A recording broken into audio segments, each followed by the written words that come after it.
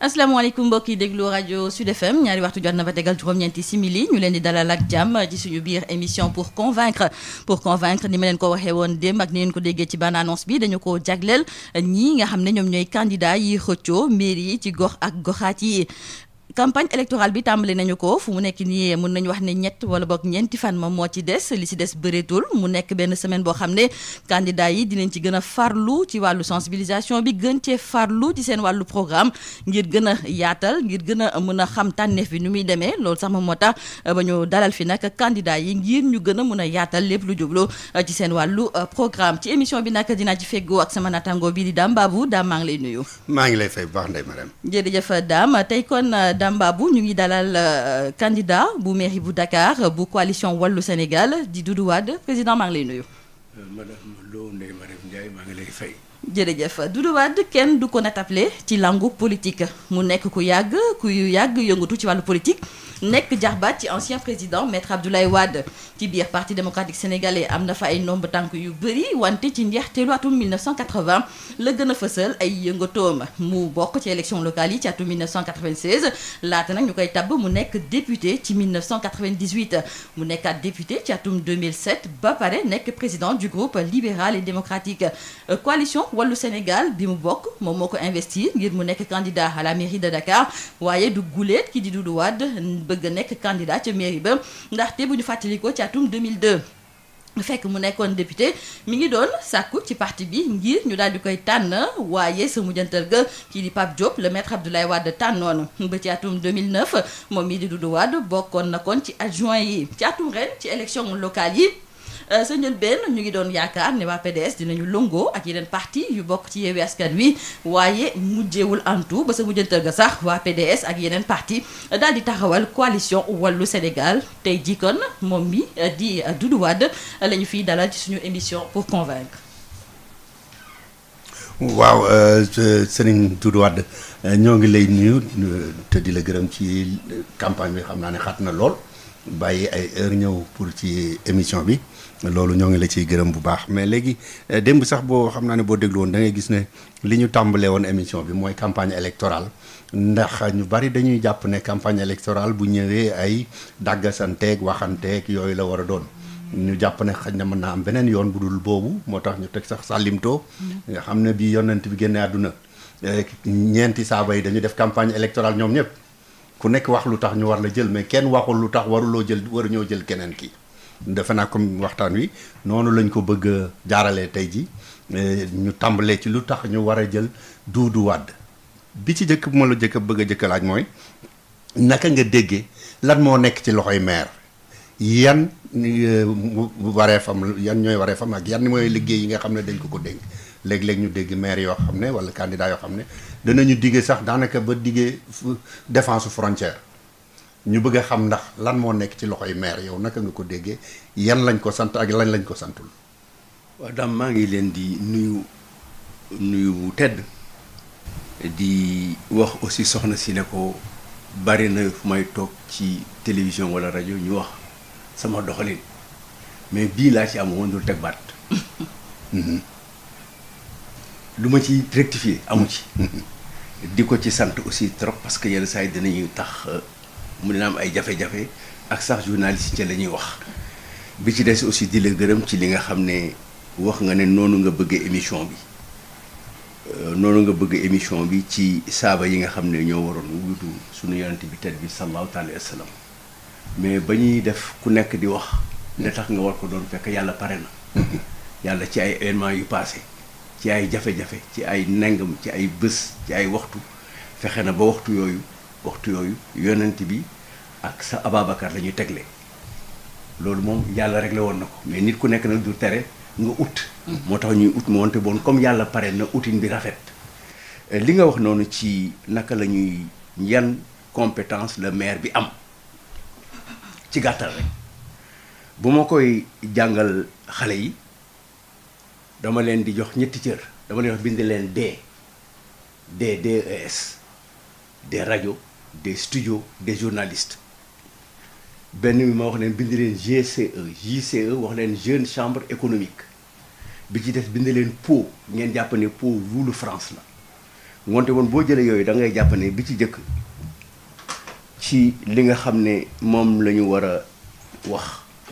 ci yooyu attribut yi ñu jox maire bi mooy le domaine, l'environnement et parce que toujours da ngeen koy fàtte et c'est là où c'est important, la gestion des ressources naturelles. Tant que yéen a ngi koy tëb da ngeen di bàyyi li gën a essentiel ci sunu àdduna tey maire yi dañuy am droit sur la gestion des ressources naturelles. Ressources naturelles nag léegi lañ ko xaajale du ma ci taxaw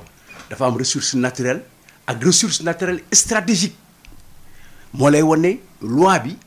am na lu mu jox ci situation yu nekk maire yi te pratiquement génne nañ leen ci. ñetteel bi mooy la santé, la population et l'action sociale dee bi jeex jeune chambre économique mooy jeunesse culture éducation nga dem di ci des mooy l'urbanisation la planification muy daal di jeex donc loolu rek la maire bi am comme attribution koñ ko jox ko dañ ko summi abalal ko ne ko doxalal ma ko état yu ma ko doxal mais terewul yenn saa yi maire bi dina am yeneen attribution yoo xam ne yii mën nga ko bañ a féete fii parce que mission maire bi am na mission de police en cas de couvre-feu ci sécurité maire bi am na possibilité bu fekkee ne dañ ne couvre-feu bi ci Sénégal ministre de l'intérieur bi nee na 18h la ba 4h du matin maire bi am na ne comme 18h la ko def man mën naa ko def 16h mën naa ko def 17h parce que booba temps moom moo yoree directement territoire bi nga xam ne moom la yor moo gën a xam moo lay donc am na ay mission yu précise texte bi joxe ko mais am na ay mission yeneen. waaw donc ci mission yooyu dama bëggoon ñu jéem leen a toj tuuti. lu ci gën a bari maire yu bari ñaar yi la ñuy gën a bàyyi xel mooy éducation ak santé léegi wax nga ñu généralement mission yi mais spécifiquement éducation tey jii ci Ndakaaru lan la ci maire yor loo ci yaakaar na ne tey jii niñ koy defee noonu mënees na ko wéy di ko defee ak yow boo ñëwoon lan nga ci yokk wala loo ciy dindi. bon xam nga da nga ne liñ ci gën a jàpp mooy éducation ak santé mais man seetuma liñ ci gën a jàpp liñ ci gën a def laay seet liñ ci gën a def te mu yàqu xam nga mooy lan jaay suuf ak joxe secours.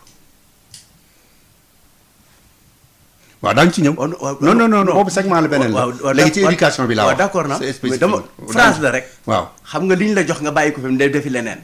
damay wax ne lii lay def. mais lii lañ ko defloo. éducation ak santé. dañ def éducation. éducation d'abord. dañ ko xaaj. jël lii dañ ko jox maire yi mais joxuñu ko moyens yi ñu jël li nga xam ne moo jëm secondaire jox ko ville yi li lycée. jël école primaire bi ci suuf jox ko ñi nga xam ne ñoo leen dëkkandoo les écoles primaires de communal c'est simple ci français école communale moo amoon. ñu jox ko ci suuf foofu. donc loolu lañ leen séparer mais est-ce que maintenant ci doxalin bi bu fekkee ne da nga bëgg am ay lycée yu baax en tant que maire de la ville ay collèges yu baax est-ce que yow da nga war a négliger ñi nga xam ne ñoo yore fa ñuy jàngee pour nekk ci kaw. bu yàqoo ñu baaxul lañ lay yónnee bu baaxee dañ lay yónnee ñu baax moo tax le regard doit être prospectif il faut nga xool suuf dimbali école yi nga xam ne ñoo nekk suuf mu def ko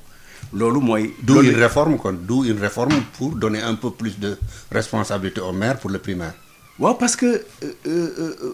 am na ay responsabilités yoo xam ne yi bu ko commune bi mënul à la kuli aline le maire de la ville. moom mënuñu ko ne yow da nga yor xaalis pour la ville de Dakar mais ñu ne ko commune Grand Yoff dafa am maire yow nga yor xaalis bi nga xam ne Sénégal Dakar waaye ñoo ko moom te yow nga ne doo dimbali bi ko Dakar waa moomee rek foo fekk Dakar waa man foo ko fekk man fu ma la fekk man naa la defal lu ñu ma santewul mais na nekk sa njariñ waaw ci éducation bi am na ñuy wax ne itam même bu ñu leen joxee lycée yi du yéen yéenay engagé enseignants yi du yéenay seen i patron presque ministère de l'éducation la ñuy dépendre est-ce que foofu yaakaar nga ne ni mu tëdd noonu doy na wala am na réforme. mën na am ay réforme parce que njàngale réew mi yëpp il faut que ñu bokk njàng. parce que benn examen la ñuy def ngoonte il faut que ñu bokk benn programme mënuñu am baccalauréat benn commune mën nañu am BEPC benn commune comme réew mi yëpp benn njàngale moo ko am état bi mooy jël ci li mu def parce que il faut que ñoo xam ne li ñuy jox maire yi moomuñu ko gétt ga guñ la dénk daam yow yaa am ay nag yi xar yaa ma ko dénk man am naa droit ratt ci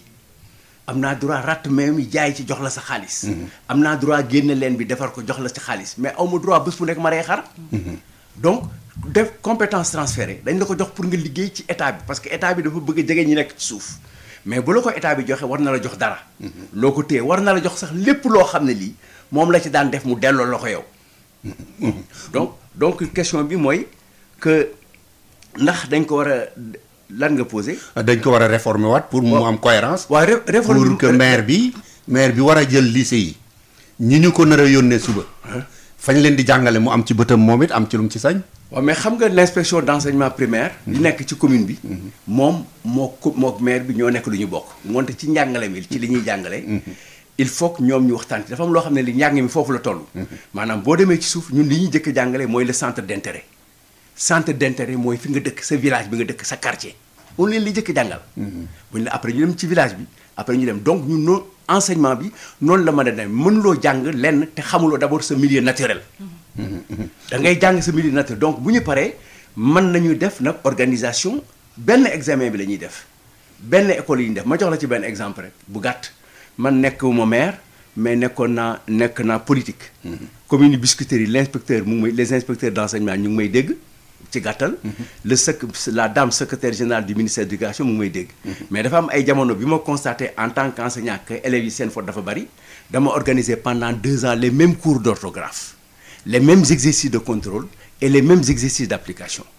après ñu def benn concours mais ci at boobu inspecteur bi mu ngi may dégg ñu ngi placé ñu ngi jëlee ay 60e place pour dem à la 10e place des élèves les plus forts en orthographe moo lay wane donc maire bi am na lu mu war a liggéey encore dans le primaire. ci mbiru bu ñu déglu rek li acte 3 de la décentralisation ak même avant santé bi dañ ne maire yi lañ ko jox waaye boo seetee dëkk bu mel ne Dakar nga xam ne 3 millions lu topp la léegi mu jege 4 millions boo ko jëlee ville de Dakar peut-être ñaar yu nekk ñett yi fi la ñu dëkk mais bu ñuy lim li ñu ci jox maire yi bi ay hôpital Abass Ndao lay doon wala hôpital bu ñu war a tabax Parcelles Assainies et cetera mais nuruwul ne ni Dakar waayu bare tey ji loxo maire bi mën a jot ci ñoom ñi ko soxla ñëpp ci mbiru santé ndax liñ leen jox noo ko gisee yow. waaw d'abord ci population bi def naa 4 millions seen Dakar ma tugg ko. non dama ne 3 millions. da jëm Dakar jëm ci 4. loolu aussi dafa nekk ay problèmes yoo xam ne ci problème mu maire bi la parce que bu fekkee ne mënuñu déterminer population bi rek da ngay xam ne am nga problème ci naissance yi. mais duma fa àgg duma dem donc ci problème mu posé wu question ndax mën nañ ci dugal suñu loxo wala déet loolu nga laaj de. non c'est-à-dire que li ñu leen jox. waaw bu dee nit ñi leen soxla bari nañu loolu. santé ñuy wax benn ñaari hôpital Abass Ndao ak peut-être Wakam mais li ci ëpp joxul est-ce que jox nañ leen lu mat. nga yaakaar waaw mais mënuñu sax jox lu mat te bu la envisager tout de suite ñu jox ñu lu mat te réglé wuñ ko. parce que bu fekkee ne dañ lay jox nit dafay yenneeku yenn bi. jox la ko totalement. te amuloo teeñ bi mu teeñee woon jox la ko doo dem. moo tax maire yi ñu jox leen les santé te mënuñu ko fay. gis nga nit du insister ci loo xam ne lii paan nga boo paanee da ngay uti réparateur. dañ lay pousse nga dem garage wala ñu fekk li réparer la. dans le domaine de la santé moi li ma xalaat mais loolu du suma cër cëru loi la te comme maire yëpp bari na ay maire yu nekk député moo tax dissocier maire ak député di ko interdire erreur la. parce que tey maire yi li ñu bëgg am en tant que gestionnaire de base bu ñu amul ñu leen préparer loi yi wala participer du dem. comme législateur yi. du sotti. moo tax ma wax la ne ci loolu il faut que ñu xam ne santé bi ci boppam poste de santé yi sax ñoom attanuñu ko. parce que ñu ngi am ay nit yoo xam ne fayuñu leen ngoonte woon boo jëlee leneen dolli ko ci encore maire yi da nga leen di da ngay jël yenu gëléem teg ko ci béy day góor. gis nga ñu koy laajte mais ñu koy laajte dañ ko laajte rek pour am nañu commande santé am nañu commande médicament kaay ma jox ko diw comme ce qui s'est passé dans le Covid luy jar 18 euros pour jël température 20 euros matul 30 000 ñu jaayee ko 100 000 150 000 ba médecins yi di wax ne ñoom ñi leen ko jaay doomu ministre lañu xam nga wante bon pour de santé bi gis nga ko foofu donc pour ñu def ko il faut que ñu jox santé bi bu ñu joxee santé il faut que ñu jox ñu li nga xam ne moo ko matal bu dul loolu nag l'association des maires bu fekkee ne du ñu ay association politique foofu la ñu war a nekk syndicat ni gars yi di syndicat di grève contre les maires noonu la maire yi war a amee position taxaw ak gouvernement bi pas grève ne ko lii mënul nekk parce que lii mënul nekk bu ñu la dénkee dara am nga droit wax ne attanuma ko bu maire yëpp taxawee ne lii attanuñu ko lii la ñuy attan bu boobaa ñu seeraat ko mais à la kuli aline décentraliser ci plus base bi moo mën a am loolu li mu war a signifier mooy dañu war a déterminer ne daam ce qu'on appelle l'accessibilité géographique est-ce que nit ki fu mu nekk mën na wax ne à 3 kilomètres maximum war na am poste de santé à 10 kilomètres mën na war a am hôpital bu ndaw à 50 kilomètres mën na am 70 kilomètres mën na am 100 kilomètres mën na am hôpital bu mag tant que loolu amuñu ko du sotti donc construction poste de santé yi mooy tax centre de santé yi du ñu bari nit centre de santé yi bu ñuy jël li ñu war a jël ñoom dina tax hôpitaux niveau 1 yi du ñu am problème mais loolu la ñuy deful. balaa may delloo Ndeye Marème benn question rek boo xam ne ñoo dafa lonkoo ak boobu yaa ngi wax ne bu ñu la joxee yan boo xam ne dafa diis te joxuñu la teeñ bi boo ko yenoo sa bopp dana futt wala nga daanu yaakaaruloo ne base fiscale taxable bi ñu confier maire ak liy jóge trésor di ñëw du loolu moo tuuti loolu ba li ñu leen dénk ko néew sax attanuñu ko. mais xam nga li tuuti te am fi dafa am loo xam ne daf fi am. te tuuti sa loxo da nga koy uti. xam nga le régime libéral à la mairie bi ñu ñëwee dañu doon fekk nañ fi 9 milliards de mais en 5 ans dem na 40 lan moo tax parce que base fiscale bi fa mu nekk la ñu jëli man ma wax la man masuma fay impôt du doigt da nga nii mais xam nga kat moo ma fayee ko impôt ñi nga xam ne maa leen formé ñu dem defi examen ñu recruter leen ci biir mairie bi ñu nekk ba pare nekk suma commune d'arrondissement ñoo ñëw di ma fayee ko impôt ma am gàcce fay impôt donc bu fekkee ne yow defoo taxation bi ba pare ki ngay liggéey du la gaaw a jox rôle yi ensuite yow doo ko jëli bor si àdduna bi amul fenn foo xam ne fii da ngay xaar nit pour mu ñëw fay la. yaa koy topp yaay dem fay non ba pare fayee ko ji ko sax da ngay dem fayee ko donc loolu mooy li ma lay wax ne mooy ngoonte moon xaalis bi am na fi mais xaalis bi il faut ñu uti ko xam nga li ëpp ci àdduna daam yow mi jógee Amérique ci àdduna bi li fi ëpp xam nga lan moo fi am li fi ëpp gannaaw oxygène xaalis la mais dañoo xamul fu mu nekk rek am na fi parce que studio bi yëpp xaalis ko jënd di nga sol sa lunette sa casque yëpp xaalis moom am na waaw mais xaalis bi kan lañ koy jox ak kan moo ko war a laaj ku koy jëli kan moo koy war a laaj kuñ koy jox kan lañ koy lebal loolu mooy problème bi moo tax bu fekkee ne da nga am commune ville bu taxaw am ay structures yu taxaw ay fondamentaux yu taxaw mais jiital la bonne gouvernance jiituwul sax sama programme parce que sama programme li ci jiitu mooy les relations entre la ville et l'État. daañu ci ñëw donc loolu moo lay wan ne donc il faut nga dem uti xaalis bi xaalis nag yenn saa yi baal ma ni ma koy waxee ba kilifa dina ko laaj di nga ko jox taalibe laaj ko ñu jox ko ko. ba léegi ci utum xaalis googu dina tax tamit ba yenn maire yu nekk ci commune yu ndawaan yi di bàyyi ñuy occuper voie publique bi ndaxte bu ñu fàtte ne ñooñu dañuy faral di joxe juuti te loolu tamit c'est un plus pour commune yi ndax loolu ci fànn yi ñu war a jaar pour ut xaalis la wala ndax loolu dañ ko war a tere. xam nga ut xaalis am na mais ut xaalis uti 100 francs dépensé ci 300 francs mooy erreur. maanaam léegi da nga soxla naana amul ci wet gi nga ne naa jël taxi dem Dakar jëndi naana fay 1500 aller 1500 retour loolu ji naanaa ko gën a yomb. du dëgg moo tax ma wax la ne di nga jël nit mu lay fay 25 francs par jour nga teg ko benn place buy dem bàyyi la fa nit koo xam ne kii mooy ñëw for mbalit bi nga fay ko 500. l'occupation de la voie publique sur ordre du maire. pourrait même être qualifié de délit maire bi amul droit jël nit teg ko foo xam ne fii moomu ko dañ ko ne dencal ko citoyen mu ci di dox dafa am benn problème bu important à Dakar suma benn nit moo ko waxoon Ablaye Wade en 99 ne ko di nga gagné Dakar di nga gagné Sénégal mais dafa am benn problème boo xam ne il faut nga régler ko il faut nga am le ministère de la loi et de l'ordre maanaam ñun ñiy dox nañ ñu jàngal dox ci trottoir bàyyi tali ñiy dawal oto nañ leen bàyyiloo trottoir bi te dox ci tali bi xam nga boo àggee foofu ci nit daam Amérique nga juddoo. mais léegi trottoir yi dañ ko occupé. waaw ci laa jëm dañ ko occupé. waaw ci laa jëm xam lu tax trottoir yi lu tax ñu occupé tali bi. parce que ñoom ñoo permettre ci trottoir bi d'abord ñu teg fa ay ñuy jaay. c'est une faute dafa war a deñ te li tax muy deñ ñun mooy li ñuy wax ñun dañuy wax ne construisons Dakar ensemble rendre Dakar à ses habitants yaa ngi koy dégg ci kiy jóge Kër Massar ki jóge Thiès wala Njaareem ñëw jaay si dellu jour boobu ci habitant Dakar yi la bokk. ngoonte kooku dañ koy jël en charge ngoonte moom am nga droit jaay mais fu ñu la teg nga jaay te du ñuy jaayandoo fépp kenn du mélanger jaaykatu këriñ ak restaurant ak jaaykatu eau de javel buy jaay produit de droguerie ànduñu il faut que ñu zoner de marché yi fii ci Afrique boo demee ay Abuja fi ñuy jaayee électrophone fi ñuy jaayee valise fi ñuy jaayee jën ak fi jàkk ji nekk ak fi ñuy jaayee xorom bokkul parce que ku nekk sa kër am na loo zoné sa urus salamu or bi doo ko denc ci douche bi doo ko teg ci waañ bi jën bi doo ko def ci biir potu sàmbur bi kenn du ci may nit ndox donc loolu ci esprit nit la nit ki ñun suñu nit ñi la ñu war a defar dañu war a ànd defar loolu. man dem naa ci benn endroit boo xam ne bii moom même wax naa ñi ma nekkaloon biig ci ay fu ñuy defee ay mécaniciens ay yu bari ay nit yu daan seen doole dañ ñëw pour ut si dara mais contexte yi leen dugal baaxul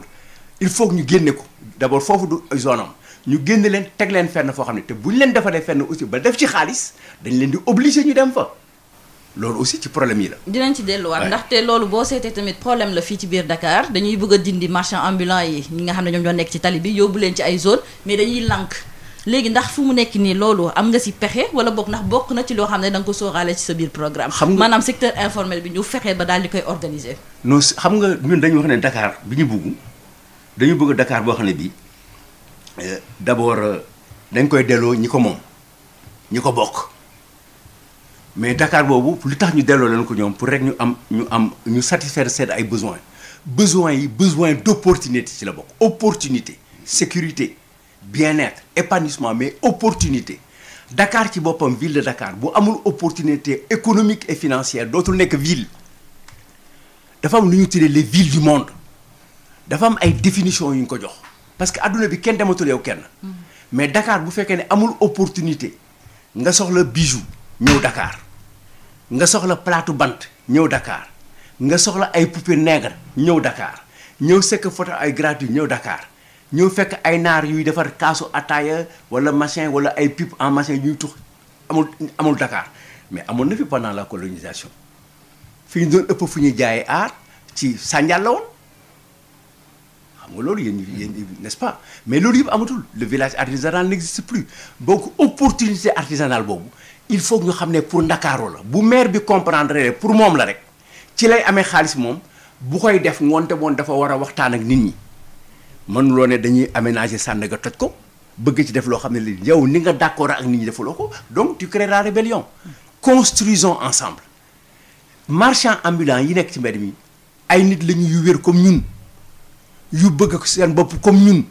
bu ajuma ak dimanche bu ñuy dem làmbajo ñooy bokki mbasañ ngoonte bon bu ñu tilimee ci biir Dakar ci heure boobu dafay poser problème c'est que ñun ñoo ci taxawul te loolu ci mentalité bi la ma wax la benn exemple bu gàtt ci loolu man pendant 15 ans liggéey naa ak ay nit yuy dagg jën mais góor ñi dañ leen utile tenue bu bleu parce que dañ ne moo gën a tilim mais tubaab bi mu ñëwee ñu installé machine bees bi mu ñëwee di liggéey sama leen di xool ma jaaxle parce que ma nekk ñu mel ni docteur. sol yu weex. mooy sol yu weex alors ci manière bi ñuy taxawee manière bi sang bi génnee manière bi ñu koy daggee da ngay gis ne bu ñu paree blouse boo ko defee ci tur ndox boo ko génnee xonqaay bi dañ moo lay mentalité bi ñu am si suñu bopp dañ fiy génne mais mënuñu ko génne ci dañuy aider nit ñi ñu génne ko ku nekk xam ne sa njariñ la. waaw ci loolu balaa may delluwaat ak Ndeye Marème dama ci bëggoon mottali rek benn question parce que fu ñu waxee Dakar dafa xat wala dafa tilim ak yooyu ñu bari dañuy yaakaar ne mi ngi yem ci mbedd yi jaaykat yi di occupé ak yooyu. te man dama seetlu ne boo demee ci même quartier yi ñuy tuddee quartier yu borom barke yi dëkkee kenn mënatu fa dox ci trottoir parce que ku nekk jël nga ay pneu def sa kile jël sa butéelu ndox def ca suuf def sa buntu kër yëkkati ay poteau wala nga def ay extension boo ñëwee gardien bi ne la fii kat borom patron bi day bañ ko fi taxaw bala ko fi gaare nangam biir quartier yooyu naka lañ koy régler ba ñu xam ne Dakar ñoo ko bokk ku nekk du ne sama kër rek laay toppatoo ak lu jàkkaarloog moom. xam nga gis naa ñu wax ne nañ ma jox Dakar pour ñaari at. ñu ne nañ ma ko joxal pour ñetti at ñu ne nangam ma wax la benn affaire bu gàtt. Personne ne peut faire Dakar en moins de 10-15 ans mënul nekk da ngay dugg biir la rue centrale bi dox biir Mariste très large bien fait de nouveaux restaurants ay kebab et tout il y a 20 ans personne ne pensait que foofu dinañ fa jaay il y a 20 ans boo leen soxlawaan jënd benn lam da ngeen di génn ñëw Ndakaaru le bijoutier aujourd'hui se trouve à Grand Yoff. Ils se trouvent vers l'aéroport, ils se trouvent à Darou Khane, ils sont partout. Cela veut dire que effectivement les gens veulent aller li ñuy defee ne bu ñu amee nekkee Dakar du ñu am xaalis dañuy juum. non baal ma pour si lay ñëw. pour te won la ne ci loolu est mënuloo nag créer de nouvelles villes créer de nouveaux centres dagg ay mbedd te mënuloo seet ne da nga war a am ay zones de stationnement normalement parce que Dakar aussi. maa ngi lay yëgale ne dans 50 ans am na ay bâtiments yoo xam ne dañ leen di daaneel. On ne peut plus continuer dans 50 ans dans la situation actuelle vivre dans des conditions d'immeubles yoo xam ne man bi ma juddee 46 fi laa leen fekk. lu muy doon donc aujourd'hui amul droit maire yi ñoo war a jël ay décisions toutes les demandes yi nga xam ne dañ leen ko jox de construction bu fekkee ne à vocation de location la même à de bureau ñu ne ana parking bi. exiger ko daal. C'est une exigence fondamentale. On ne peut plus construire aujourd'hui on ne doit plus construire à plus de 3 étages 4e étage te amuloo ascenseur nañ leen waxante ne bu bëggee dañ ne am une vie mais pour bi ma ñëwee fii dama taxaw ne leen ba studio bi du 3e. je veux pas trop insister. Non c'est moo lay wan ne aujourd'hui le stationnement l'occupation de la rue réside d'abord sur le stationnement SICAP xew foon toutes les maisons qui sont faites à la SICAP depuis 1959 dañu am ay garage la destination c'était le garage pourquoi ñu accepter à ne pas respecter le plan déposé à l'urbanisme. C'est devenu des garages et des boutiques. En plus de ça lu ma bëggoon nga wax ci sa xalaat ndax lu ñu mën a régler loolu de quartier bi ñu nekk nii Sacré-Cœur tey amul fenn fu nit mën a doxee ci lu dul ci kaw tali bi kër goo dem borom la mu jëndoon 150 mètres carrés la ca kanam yëpp def na koy élévation yëkkati na fa ay affaire nit mënu fa dox ak sa tànk. Écoutez yooyu naka lañ koy régler dama la jox exemple xam nga ne normalul. waay bien sûr xam nga ne baaxul. oui. si bi may gaare da ngeen teg ay pot. oui ay butéelu ndox. yéen ñi ñëpp moom la ñuy def. mais comme normalul nañ ko dindi. c'est ça que je vous demande. dañ koy dindi. foog mu am volonté quoi. non dañ koy dindi. et dindi bi c'est une dindi excusez-moi xaw ma une dindi collective. mais c'est vrai il faut que ñu dindi ko parce que nit ki yow trottoir bi moomuloo ko. li nga jëndoon comme trottoir bi moomul comme trottoir bu fekkee ne da nga ko bëgg a jël. pour moomal ko sa bopp. ñun nañ la ko jaay lu ëpp sa prix kër. mën nañ parce que en France partout dañuy occuper une partie de la rue. mais dañ koy mettre au mètre carré. c'est plus cher qu'à vendre la parcelle parce que parcelle lañ la jaay bu ñu délimiter. li ci des moomuloo ko mais yow nga ne di nga jël li nga moom kenn du dugg sa kër ba pare ne li nit ñi moom da nga koy jël confisquer ko mais mairie bi ak état bi ak sénégalais yi ñu xam ne bu nit tooñee tooñ ñëpp ki tooñ ñëpp dañ koy rectifier mais loolu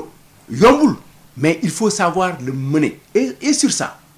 madame Ndiaye Khalifa Sall avait très bien commencé parce que dans sa tête aussi c'était dama ñëw pour 5 ans wax na ko sax d'ailleurs bu ma ñëwee lu ma fi def baax na mais dinaa ko changer mais su ñu ko deful bu ñu ko deful man maa la wax Sénégal dina jafe gis naa sama benn doom dafa jógee fi mu dëkkoon toxu à 2 kilomètres 500 xam nga pour lan te xam nga fu mu jógee kër gi yaayam moom parce que amatul fu mu stationné parce que bu stationné il faut mu dox 700 mètres pour àgg këram te jigéen la jëkkëram nekku fi c'est compliqué. loolu kon njort nañ dina bokk ci sa programme ci sa programme tamit am na yeneen poñ yoo xam ne daal di nga ko ciy fësal ñu gis ne am na co-construction du projet de ville avec les Dakarois sans exclusive yokk nga ci tamit conception et mise en œuvre pour rendre Dakar à ses habitants sànq yaa ngi ci doon ñëwaat ci nu mu gën a yaatoo wante it tudd nga collaboration bu war a am ci diggante ñi nekk ci mairie yi ak tamit gouvernement bi wala boog ñi nekk ci bopp réew mi kon yow da nga bokk ci ñi nga xam ne tey jii dañoo yaakaar ne kii nga xam ne moom la ñu tàbb mu nekk maire wala mu nekk maire ville de Dakar bu juboowul ak ñi nga xam ne ñoom ñoo nekk ci bopp réew mi doxalin bi du mucc ayib. waaw mais loolu c'est une évidence. heureusement que du ma ne maa ko di ko wax am na ñu ko wax fii mais bind naa ko bu yàgg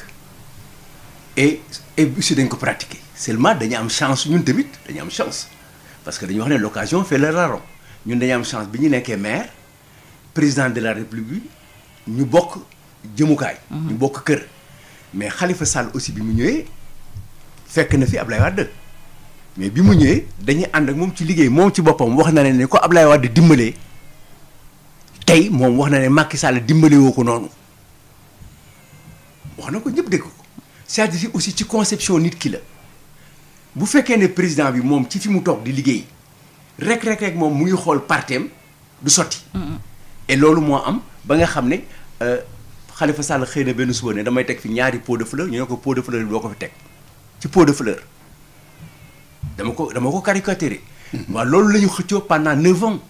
mais mën loo xëy suba boo xëyee yow balaa ngaa génn sa kër da ngay xeex ba metti sa biir kër boo génnee ci mbedd mi ñu lay xaar pour xeex mënoo gañe xeex yépp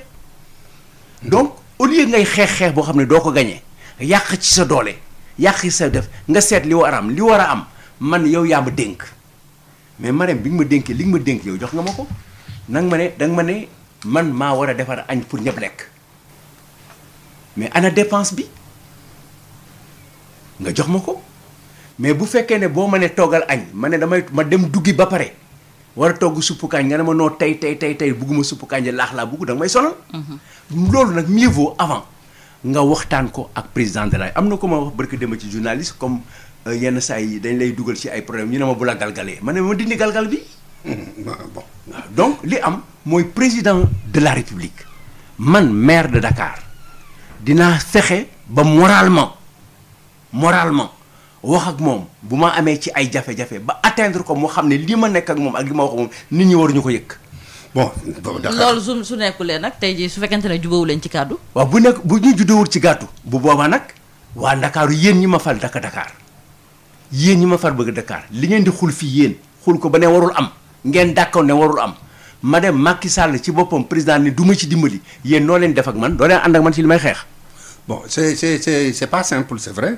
Non c'est pas simple parce que dans l'histoire même dans les pays yi ñuy tuddee pays de démocratie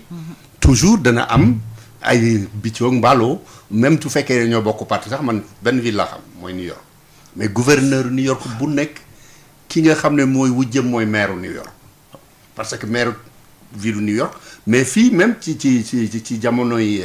président Ablaye Wade il y a eu beaucoup de cas quand même de délégation spéciale de problème de loolu moom yàgg na am aussi. attends délégation bi dafa ñëw kañ. au départ xam nga départ ministre compagnie bu ma demoon ci mairie bi tey lii laa jëkk xool waaw lii laa jëkk xool le budget 2022 liñ ma ci annoncé ma seet fu ñu nekk.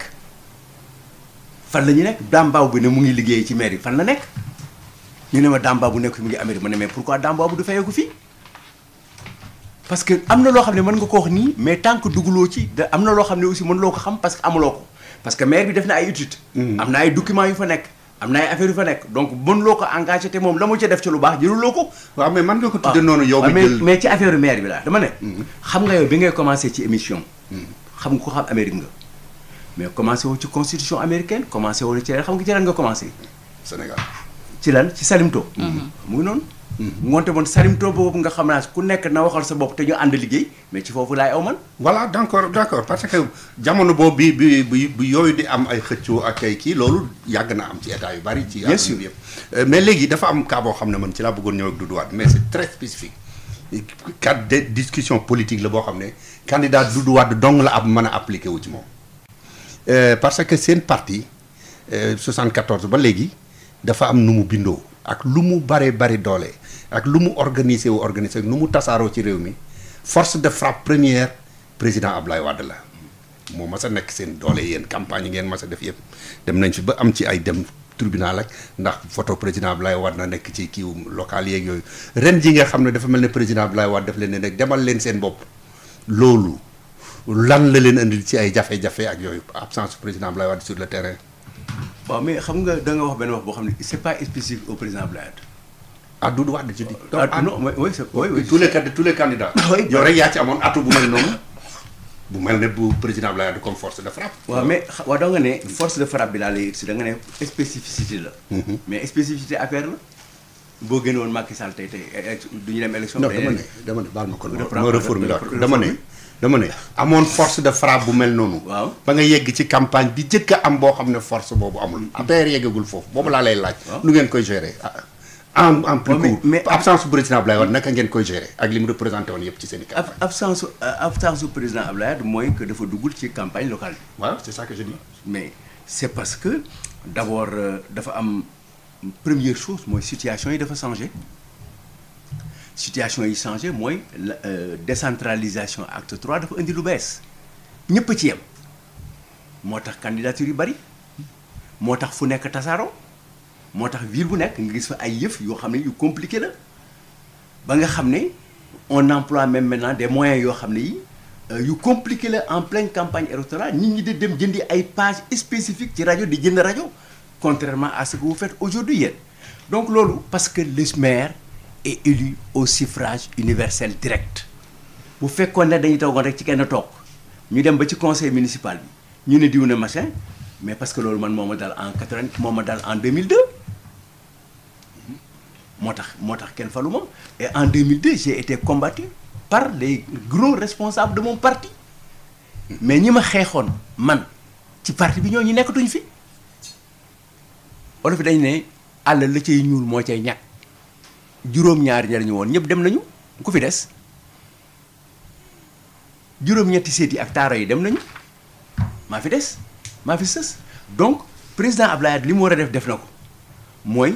orienter le parti taxaw dañuy wax def leen ni seet leen ki gën ci yéen waxtaanee leen ko bu leen ko waxtaan sel dem leen ngeen proposer ko coalition bi ngeen dem proposer ko coalition bi loolu moo indi suma candidature te jàpp ne maam daam suma candidature ba dawul coow de. non di surtout sa candidature non la légitimité de daam ba léegi ci fan boobu parce que tamit bu ñu waxee ne parti démocratique sénégalais am na appareil bu am doole ndaxte mën nañu wax ne ci région yu bëri wala boog ci ville yu bëri am ngeen fa doole mais ndax doole boobu wàññeekuwul ci diggante bi ndax tey jii mun ngeen yaakaar ba léegi ci appareil boobu. mais appareil bi moo ñu jox li mu ñu jox en 2012 le deuxième parti du Sénégal te pourtant bi ñu paree ñu bari dem nañu les principaux lieutenants sont partis. mais loolu dafa gën a tas seen chance. non je suis d'accord avec toi mais xam nga dañuy évoluer par séquence ñu dem 2000 après 2012 ñu dem 2014 dem nañu élection d'abord législative après 2012-2017 nous sommes le deuxième parti le seul parti à avoir un groupe parlementaire et à mener tous les combats ñu ngi jëm ci local mais c'est avec le même parti qu'on se bat nous n'avons pas les moyens des autres xam nga. un parti diminué aussi. je suis d'accord c'est normal déggoo li ma la parti boo xam ne da nga perdre sa premier ministre yëpp lu raar ci àdduna la yow tu fais la politique am président yu bari yu ñu élire il y a 30 ans il y a 40 ans ba léegi bu ñu leen yónnee fenn wala ñu woo leen fenn seen premier ministre la ñu yónni wala ko prochaine ci ñoom tous les présidents d'assemblée sont partis képp ku ñu joxoon institution dem na ñoom am nañu seen parti bopp mais am na ñoo xam ne après les premiers combats dañuy toog baisser les armes bàyyiti nañu politique am na ñoo xam ne daa ngeen leen dégg ils ont été faits par notre parti am nañu passé mais suñu parti moo leen wane moo leen yëkkati moo leen dooleel ku leen soxla rek parce que ils étaient dans notre parti mais on continue à se battre dans notre parti avec des jeunes loo xam ni maa ngi leen di saluer ci seen ñoo xam ni man maa leen njëkk dugal bureau de vote en 2000 ñooñu ñoo fi nekk tey. mais pourquoi jiitalul leen jeunes yooyu. waaw mais on a des jeunes on a le plus vieux si tu veux man et le plus jeune à Dakar candidat du maire de la ville une petite fille chef d'entreprise très bien poli correct très calme et un vieux Doudou Wade donc ñun am nañu ay jeunes et dans notre liste à Dakar proportionnelle comme majoritaire jigéen la nous avons eu il y a des femmes qui ont porté le flambeau donc c'est comme ça qu'on bat un parti notre parti on le verra dans 5 ans on verra un parti aguerri par sa jeunesse pendant ce temps certains vont décliner parce que aussi am na loo xam ne seen existence je dis encore seen existence l'existence du parti socialiste c'est quoi c'est son antériorité ak li mu liggéey ak li mu fi bàyyi mais est-ce que yeneen parti dans 5 ans dans 6 ans bu ñu duggee dans les mêmes conditions que le PDS perdre le pouvoir est-ce qu'ils seront là aux prochaines élections législatives? Vous voulez dire APR? C'est vous qui en faites la distinction. C'est une déduction logique. Quel est le pouvoir? Qui est au pouvoir aujourd'hui? waaw non comme c'est une logique. nañ ci jeex na. waaw daam. waaw ñu dellusiwaat rek ba léegi ci wàllu projet yeeg programme yi parce que mun nañu wax ne tey waxtaan bi dañoo bëgg mu gën a tënku ci loolu ndaxte ci élection lañ jëm foog nit ñi tànneef bi xaw a gën a leer ci seen bopp ñu gis ne lu weesu li ngeen fas yéene def ci wàllu cadre de vie li ngeen fas yéene def ci wàllu santé ci wàllu éducation am na tamit benn pàcc bu am solo boo xam ne du ma wax ne da ngeen ko occulter ci seen campagne wala boog ci seen programme mais mooy ban rôle la jigéen ñi di am ci ban pàcc lañu am ci sa biir programme. xam nga d'abord que pour les femmes li ñuy wax nii amul lenn loo xam ne d'abord naturellement jigéen moo fa nekk. Hier je suis allé visiter benn espèce u jardin cadre de vie bu nekk ci yoonu campénal bi xam nga da nga xam ngeen comme déet. ku tudd Babacar Diop moo ko defar parce que jabaram moo ko doon defar parce que dañ fa doon tuur saleté commencé ko aménager mu gaañu c'est le meilleur endroit de plaisance pour toog au Sénégal meilleur là au Sénégal dem nañu foofu seeti ko ak ay film dem xooli lan moo fa def c'est la femme dans le cadre de la santé bu ñu demee ba jël réew mi li ñuy jëkk a régler mooy prendre en charge les femmes en grossesse et la maternité la gynécologie la maternité l'enfance c'est-à-dire ici nous faisons le contraire du choix d'aller très vite aller acheter ou de chercher dans la coopération des corbillards mais c'est d'aller chercher des ambulances d'avoir prendre en charge la femme en grossesse l'enfance prénatale et natale loolu mooy premier objectif yi nga xam ne moom la ñuy seet dans les hôpitaux yi nga xam ne ñun moom la ñu waree ou bien en augmentant les services mais nous sommes pour aussi la construction d'un hôpital nous avons identifié des terrains dans lesquels nous voulons mettre ça. foofu sax laa bëggoon dem ndax am na espace bu ñu mën a tabaxee terrain. mën naa la woon ay espace yoo xam ne dañ ko chercher yoo xam ne état du Sénégal moo ko moom yoo xam ne commune bi moo ko moom mais am na lu fa commune bi def am na yoo xam ne moomuñu ko. mais Sénégal jël na ba tàyyi lu nit moom fay ko dédommagé ko. dem naa barke démb à Hann quartier bi tudd toolu góor gi. le quartier toolu góor gi ay marécage la woon dañ ko toj dindi ko sëkk ko defaraat nit ñi jox tabaxalaat nit ñi sax seen kër. donc ci santé bi loolu ci lay bokk hôpital mais l'hôpital c'est d'abord da ngay seet ñi nga xam ne ñoo war a jóg pour màgg pour àgg at parce que am na foo xam ne gannaaw yàlla yow mën nga toppatoo sa bopp. ñi ci des mooy ñi nga xam ne dañu màgget yi déjà am na lu ci Pape Diop def loolu jigéen ñi ñoo ci jiitu dans le cadre de l'économie solidaire am na ku ne dañ ko copier xam nga ku mu neex na wax ko mais dama waxoon léegi ñu lañ ma yónnee le document que nous avions fait en 2014 document bi nga xam ne mairie Dakar def na ko en 2014 par un des spécialistes yi nga xam ne ci ñun la bokk pour ñu def ñu àgg ça l'économie solidaire et même parce que à chaque fois que tu poses un problème où les femmes où les hommes perdent de l'argent pour les mettre dans d'autres niveaux yu ñuy gagner xaalis mieux et vivre mieux da ngay am benn contradiction ak ñenn yi dañ lay xeex mais l'économie qui est nii bi nga nekk fii nga xam ne jigéen ñi dañ leen di lebal xaalis bu ñu la lebalee 100 000 pratiquement nga fay 170 000 ba pare boo dee ci yenn saa yi dañuy placer sa photo wane la ne fayuloo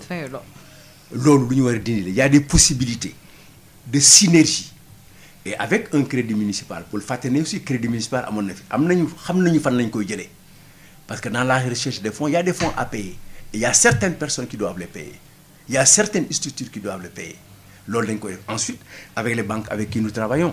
parce que wax nañu ne ñun dans ce que nous organisons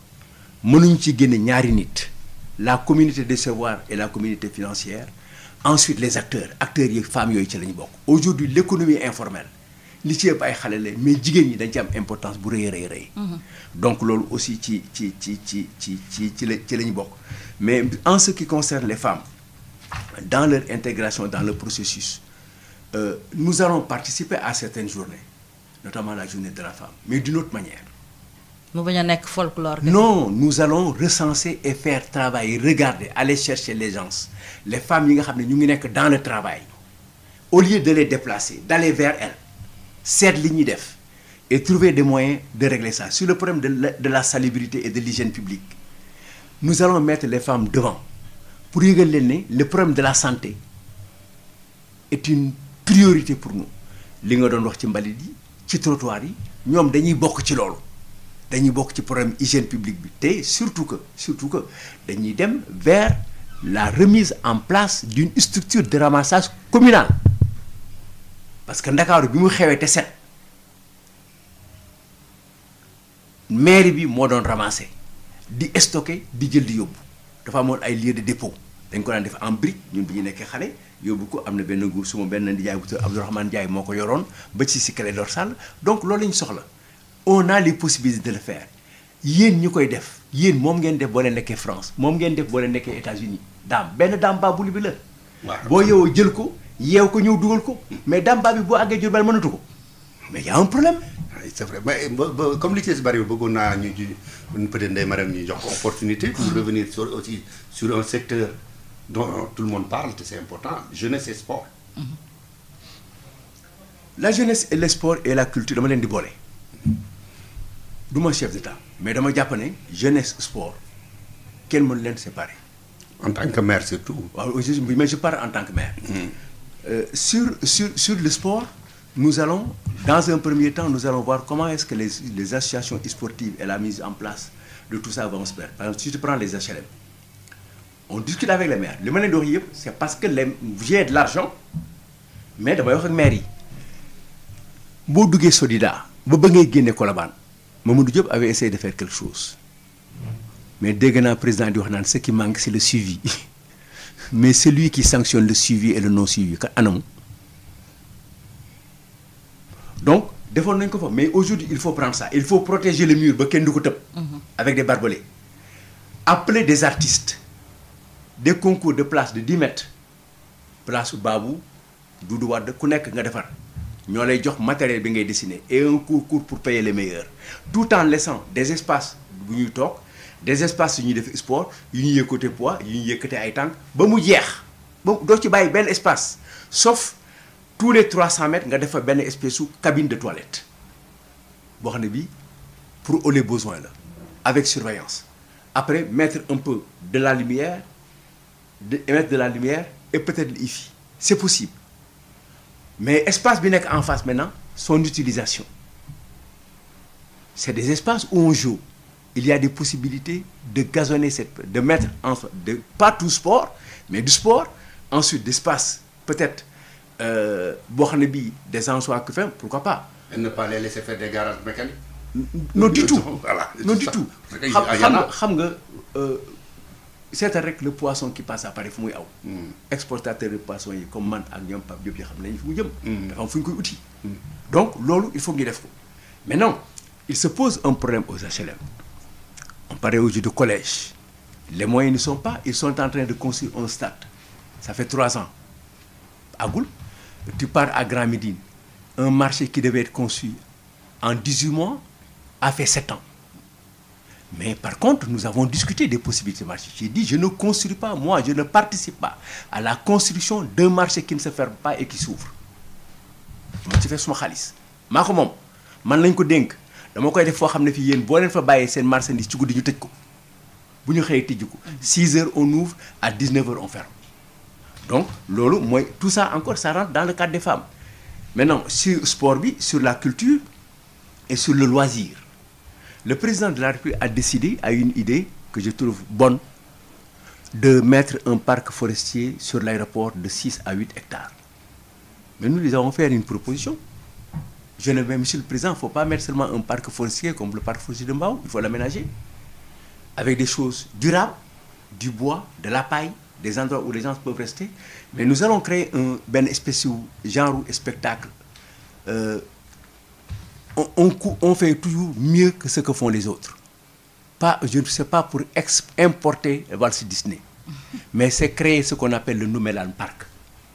On reprend les écrits de Senghor et d'Abdoulaye Sadji, les histoires de Reglediève, avec les couturiers sénégalais, les couturières sénégalais, les artistes sénégalais, mais ensuite des troupes de théâtre. Toutes les semaines ou tous les 15 jours, les parents sont là en surveillant les enfants, mais ensuite toujours la sécurité. La sécurité, c'est pour cette raison, l'idée de reprendre la police municipale, c'est là où c'est bon encore. Comment ils s'appellent, les maires législateurs, aller vers la proposition de loi d'une police municipale, mais formée selon nos désirs. Parce que nos objectifs, notre mission, nous n'avons pas des gens qui lancent la lacrymogène dans les communes, nous n'avons pas besoin de ça. Nous avons de bons policiers, surveillants, sécuritaires, renseignements, services, mise à disposition, assistance. léegi kon li ñu desee bëreetul xam naa rek si sa kàddu yu mujj yi la ñuy dëgmal maanaam ci wàllu campagne bi ak tamit violence bi ndaxte tamit ñu bañ ko wala ñu nangu ko violence baa ngi ci biir campagne bi même su fekkente ne ba léegi coalition Wallu Sénégal dégguñu ko ci wante dañoo bëgg rek ñu xam ndax am nga benn message boo xam ne yaa ngi koy lancé ñi nga xam ne ñoom ñooy militants yi parce que tamit ñu ngi jëm ci wàllu élection comme campagne bi nag émaillé nañ ko de violence ndax loolu tamit duñu ko njort mu dem ba ci jour vote bi yow ban kàddu nga ci lancé. laay waxaat ndema dem xam nga daam Cheikh Mahi Niass maa ngi koy nuyu di ko ziar di ko ñaanal moom ak xalif yëpp yàlla guddal seen fan te wéral leen ci problème mu violence waxtaan naa ci ak moom. waxtaan bi aussi tàggu naa ko ñaan ko mu joxtaleel ma sama yóbbante ci fi mu àggul te yóbbante jàmm la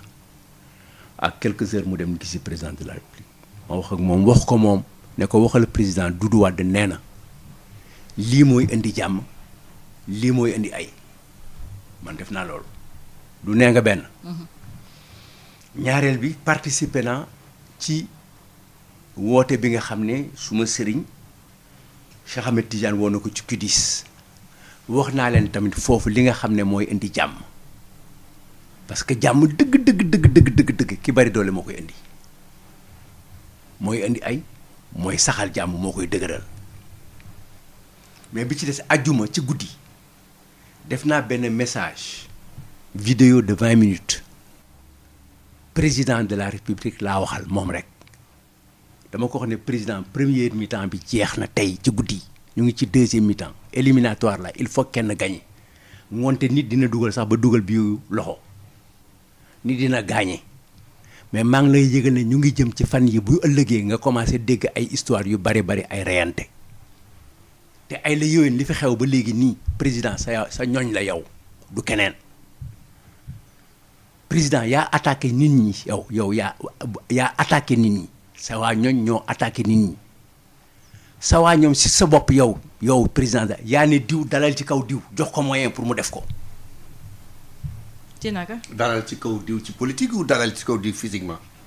wala ci idée yi xam nga daam jàmm ci làmmiñ jàmm ci làmmiñ koy defar làmmiñ koy indi président dafa am parti ne bu kenn nekk candidat feneen ci parti bi nga yem am na ku mu dooleel ci moom yéen a ngi koy gis du ma tudd tur parce que ñëwuma pour tudd tur parce que loolu du seen émission tey mu dal ci nit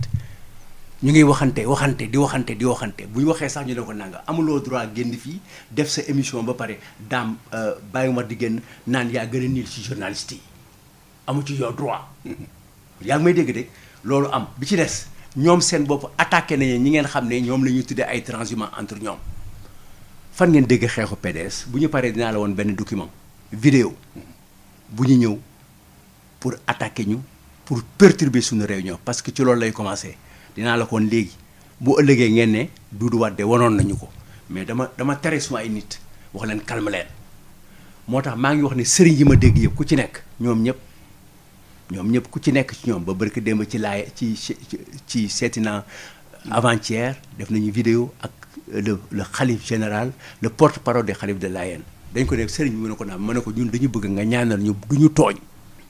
ñaanal ñu ñun ba du ñu tooñ kenn mais ñaanal aussi ba ñu kenn tooñ donc bu ma demee ba adressé wu au président de la République lui-même rendre ko politique mooy jàmm la ñu bëgg ñun.